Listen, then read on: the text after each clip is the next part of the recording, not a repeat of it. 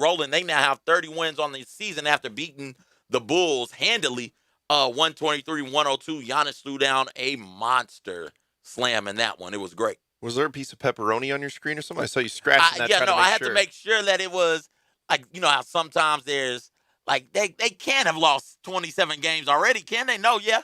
They can. I was trying to scratch it to make sure I was seeing things the right way. The Jazz take care of the Pistons 104-81, and the Suns knock off the Trailblazers thanks to Devin Booker.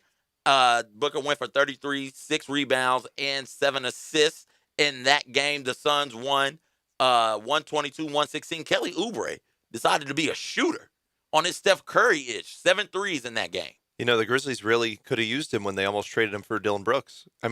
Marshawn Brooks. Which one was Brooks? it? Yeah. What? Huh? That was just like in a season with a comedy of errors. That was probably the pinnacle point for me on that one. And as we look back over because this is one of the few times of the year where I feel like everybody's okay. Let's take a look back. Let's be introspective as to what all has been accomplished by me as an individual and by the community at large. And because it's the end of the decade, there's a lot of that happening going not only from this past year, but for the whole decade. And I think if you look back at the sports scene, and we'll definitely do that here, one of the things you'll remember from this decade was how bad that front office was. That was not a particularly great front office, and it started in 2009. Zach, check this for me.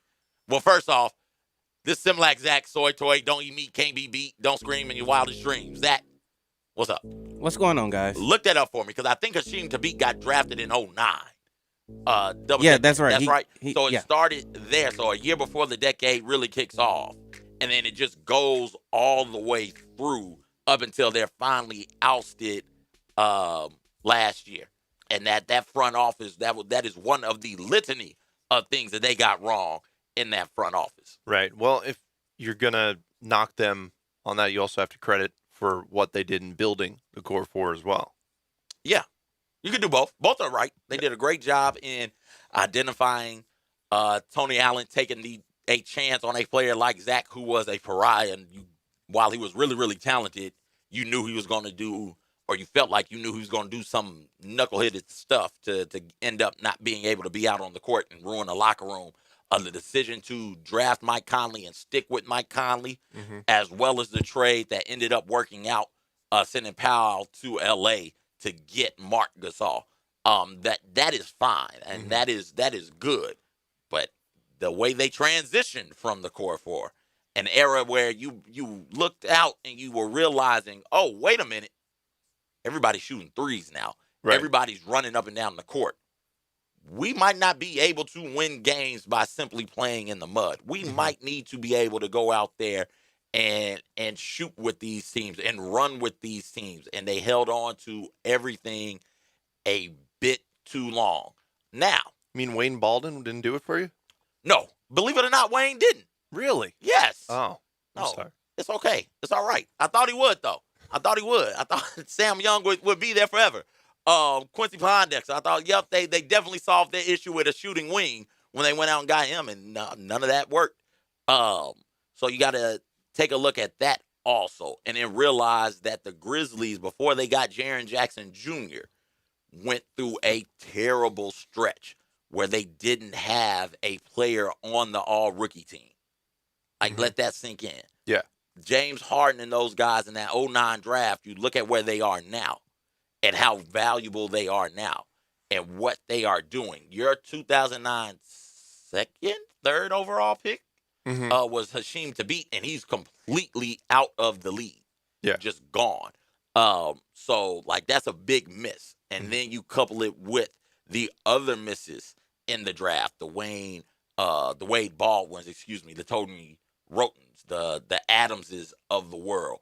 And you're looking at a team who now is faced with, we thought, a really long rebuild. They got lucky. They got the number 2 overall pick. Yeah. And you think about not just the draft, but the things you've given up to go out there and acquire okay NBA players like Jeff Green. Mm-hmm. Everything they gave up to acquire Jeff Green right in the middle of this decade has greatly hindered what they were able to do later in the decade. So you got Jeff Green, and you've got that looming monster of the Celtics getting your pick, even though you're really, really not good. The Celtics will get that pick at some point in time, and so now you prolong your rebuild process. Add to it the Chandler Parsons decision. I know Mike Conley is on his way, was on his way out, not all the way out, but like, hey, I'm the star on this team. I'm going to do what stars do. I'm going to apply pressure to the front office. If you guys don't get me somebody to run with, don't worry about it. I'm out. And the guy that they decided to go get was Chandler Parsons, even though his bro down in Dallas, Mark Cuban, was like, nah, I can't bring him back. Even though he worked out with a bunch of teams, they're like, nah, we can't bring this dude in. They decided to not only bring him in, but max him out also. And so you ended up with that albatross on your roster, and not by any fault of Chandler's. Because if somebody wants to pay me a bunch of money to be bad at my job, I'm definitely going to do it. Mm-hmm. Like, I'm going to take that money. But the Grizzlies should have done a better job of identifying what it is that they needed, and not just gone out there star hunting and getting a player who, when he was healthy, was really, really good and dynamic. But now that his knees are gone, he doesn't have those. He is not a major piece on a championship contending team. So all of those things, and we hadn't even gotten to the Tyreek Evans, what was going on with him 3 years ago. We hadn't gotten to the debacle of the Brooks trade. All of those things go to highlight what that front office was. That was not a front office near as good as the one that's here now. And just less than a year they've been here. They have a plan. They're executing a plan, and it looks like this rebuild won't be quite as long. Right. And, you see they just got assets on assets on assets last offseason. Mm-hmm. And in the previous regime, I remember coming down after Jaren Jackson Jr. got picked, Chris Wallace stepped up to the mic and said, "We got a real chance of getting grit and grind back tonight." Oh, and I think that just shows you how out of touch that front office was at that point, because it's like that's not what you're trying to get back right now. No, that had its time. You have to do a full reset, and you have to move on into that. I mean, they were trying to market the bridging of the gap between the old and the new and all of that, but the whole next gen, that's exactly what you need to do. That's exactly what they're doing right now. Speaking of resetting things, I brought Zach in really, really quickly. And we did not tell you guys how to get in touch with the show, nor did we tell you about all the awesome guests we have coming on, because it is the end of the decade.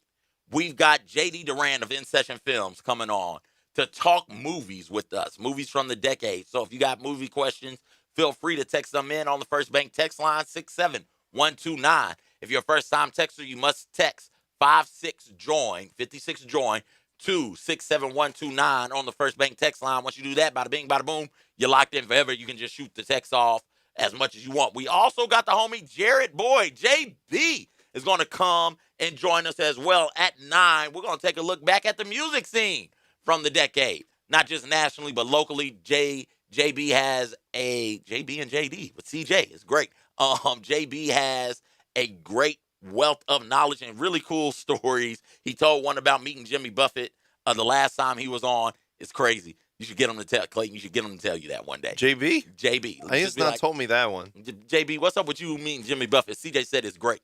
Because it is. JB's got the NPR podcast, which focuses on the music scene in Memphis, the real Music City.